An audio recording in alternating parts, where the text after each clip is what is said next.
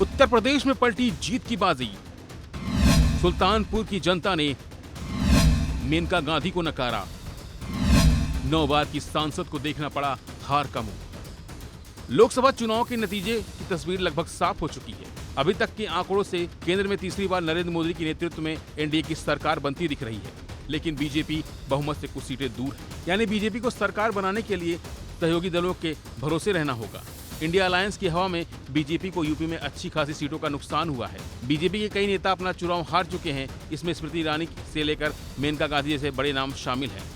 Sultanpur Lok Sabha seat पर BJP की प्रत्याशी मेनका गांधी को करारी हार का सामना करना पड़ा। यहां समाजवादी पार्टी के राम भुवाल निषाद ने उन्हें 43,000 से ज्यादा अंतर से हराया है।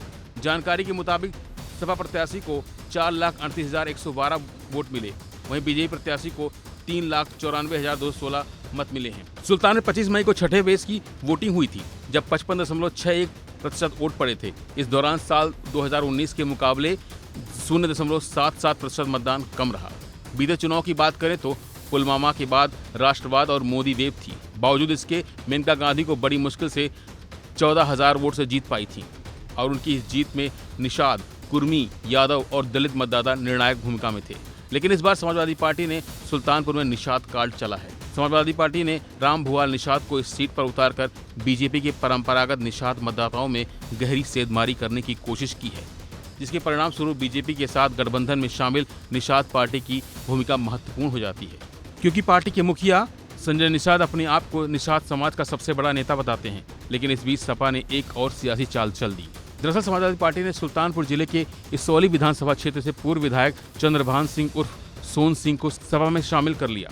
2019 के आम चुनाव में सुल्तानपुर से सपा बसपा गठबंधन के दौरान मैदान में उतरे स्थानीय नेता चंद्रभान सिंह के खिलाफ बीजेपी को सिर्फ 14,000 वोटों से मामूली अंतर से जीत मिली थी।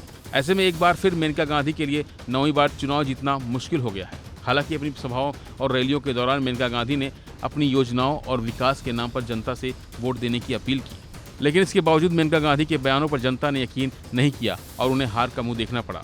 2019 में लोकसभा चुनाव में सपा बसपा गठबंधन में भाजपा उम्मीदवार मेनका गांधी ने जीत हासिल की थी। इस दौरान मेनका गांधी को 4,59,000 मत मिले थे। गठबंधन में बसपा प्रत्याशी चंद्रभान सिंह सोनू को कुल 4,44,000 मत मिले थे। ऐसे में 15,000 से कम मतों से मेनका गांधी की जीत हुई थी, जबकि इससे पहले साल 2014 के चुनाव में बीजेपी के वरुण गांधी ने बसपा के पवन पांडे को हराया था, जब वरुण गांधी को 4,10,384 मत मिले थे, जबकि बसपा उम्मीदवार पवन पांडे को 2,31,446 मत मिले थे। वैसे उत्तर प्रदेश का ये हाल सिर्फ मेनका गांधी का ही नहीं है, बल्कि बीजेपी के कई गद्दावर नेता इंडिया गठबंधन की इस आंधी में हवा हो गए। फिलहाल इस खबर में इतना ही। बाकी अपडेट के लिए बने रहिए वन इंडिया हिंदी के साथ।